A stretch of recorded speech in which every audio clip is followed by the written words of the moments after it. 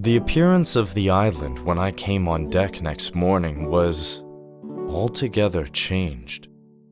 Although the breeze had now utterly ceased, we had made a great deal of way during the night, and were now lying becalmed about half a mile to the southeast of the low eastern coast. Gray-colored woods covered a large part of the surface.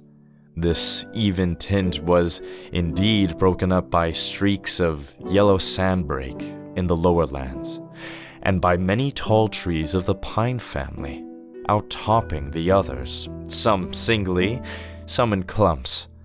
But the general coloring was uniform and sad. The hills ran up clear above the vegetation in spires of naked rock.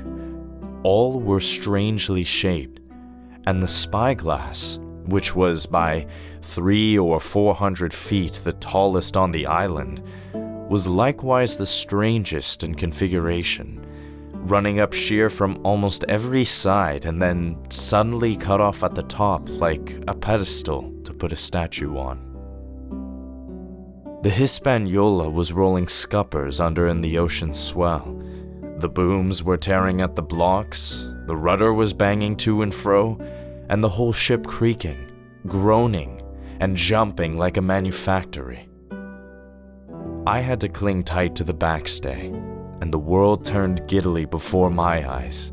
For though I was a good enough sailor when there was way on, this standing still and being rolled about like a bottle was a thing I never learned to stand without a qualm or so.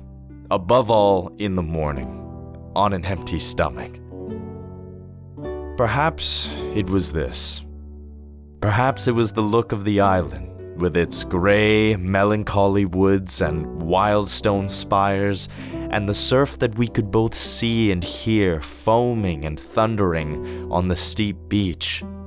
At least, although the sun shone bright and hot, and the shorebirds were fishing and crying all around us, and you would have thought anyone would have been glad to get to land after being so long at sea, my heart sank, as the saying is, into my boots. And from the first look onward, I hated the very thought of Treasure Island.